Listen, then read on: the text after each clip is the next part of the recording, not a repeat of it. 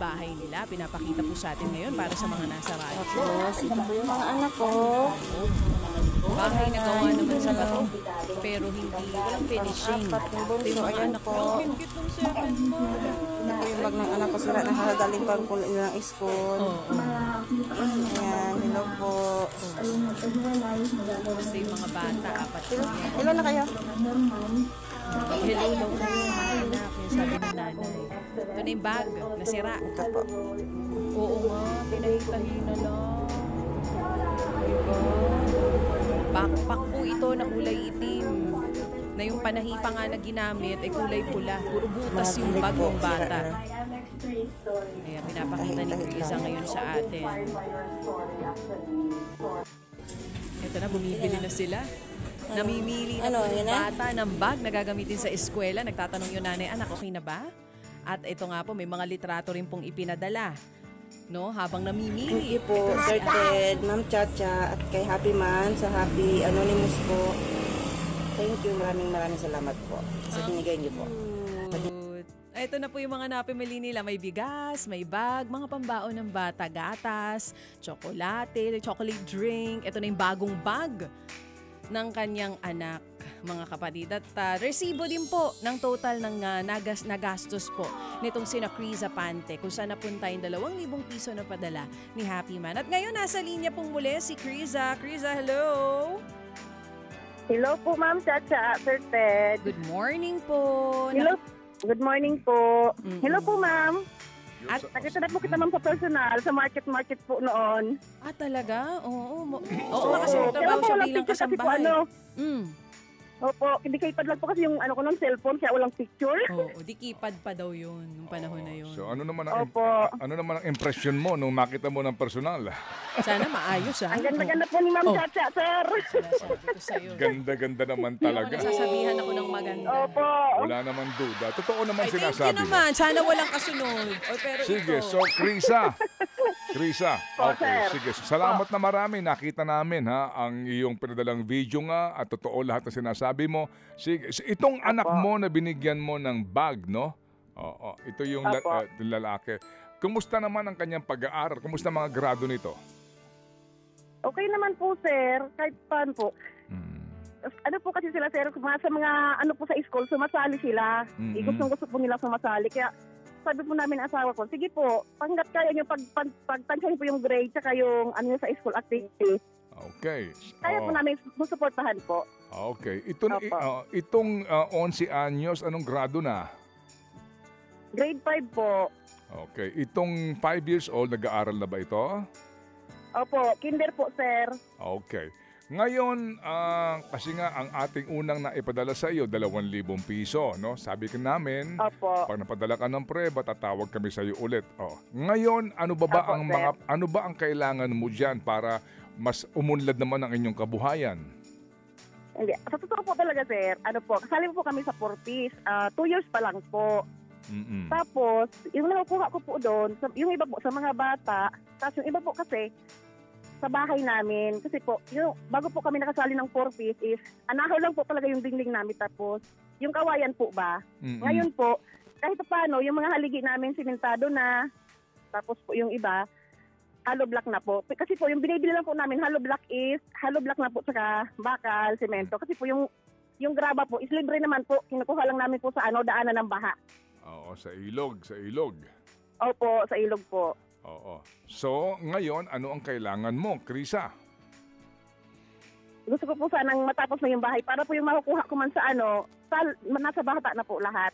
Oo. Para po buo na para sa kanila. Para yung makukuha mo sa 4Ps, magamit mo talaga para sa mga bata. Opo, sir.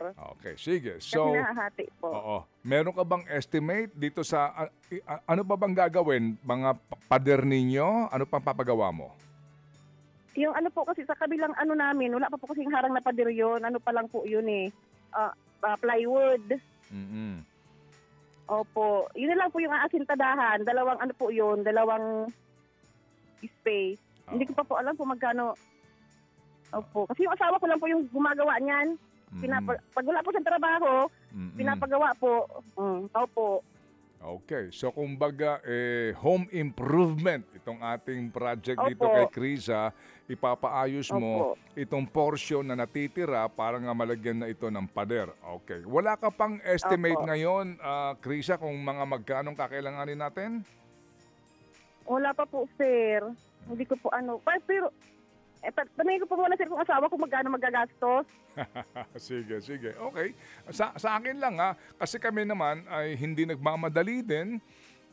Pero ngayon pa lang, sinasabi ko na meron ng agad na gusto mag-ambag sa iyo ng 2,000 para dito sa iyong pagpapader na ito. Okay, sige po. Thank you Oo. po, sir. Thank you Oo. po talaga ng marami. O hindi pa namin muna ipapadala ito. Hintayin lang namin Opo, opo. yung estimate na ibibigay ng mister mo para sa mga materyales sa Opo. kakailanganin. Pero ngayon pa lang, sinasabi ko sa iyo, siguradong may mag-aambag para natin mapagtagumpayan Opo, ito. opo, sir. Hindi naman siguro Okay. aabuti ng mga 100,000 yan. Hindi naman po, sir. Hindi, joke lang. Oo. Hindi naman po. Oo. Anong trabaho mo habang nasa bahay ka? Full-time po talaga ako sa mga bata, sa mga anak ko po. Okay. Kasi Yung asawa ko po kasi, minsan, Mm-mm. pag wala po siyang, minsan po, pag kinukulang, yan, kahit linggo po, talagang pumapasok siya para po sa mga bata. Apat kasi ang talagang, apat ang inaalagaan mo, tapos meron ka pang 7 months, no? Opo. Opo. At maganda rin na malaman namin, kayo nga'y miyembro ng 4Piece. Yan ang atin din pakinabang. Opo, sir. O, Opo, sige. kaya po, yung unti-unti talaga inaano namin para may makitaan yung tulong sa amin. Mm-mm. O, sige. Okay, so Opo. hindi muna tayo magtatapos ngayong araw na ito. Siguro, bukas makalawa, kung meron ka ng estimate, padala mo lang sa amin. Ang amin lang kasi, yung alam mo, no, dun din namin nakikita at nararamdaman yung integridad at yung katapatan ng aming mga nakakausap. Pag nagsasabi lang Opo, sir. ng sakto, alam mo yon?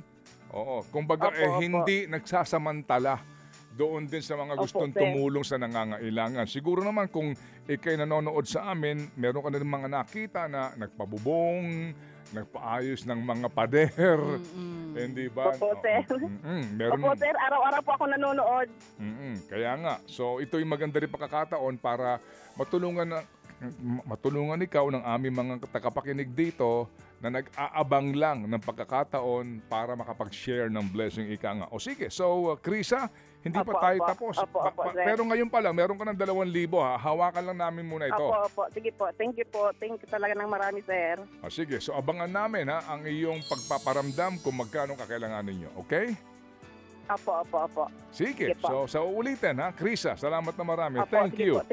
Thank you po, sir. And to God be all the glory indeed. Kay si Krisa Pantenho ng Albay. Oo. Para po naman po sa ating ugnayan sa kanyang ipapagawa po na bahagi ng kanila pong kaharian.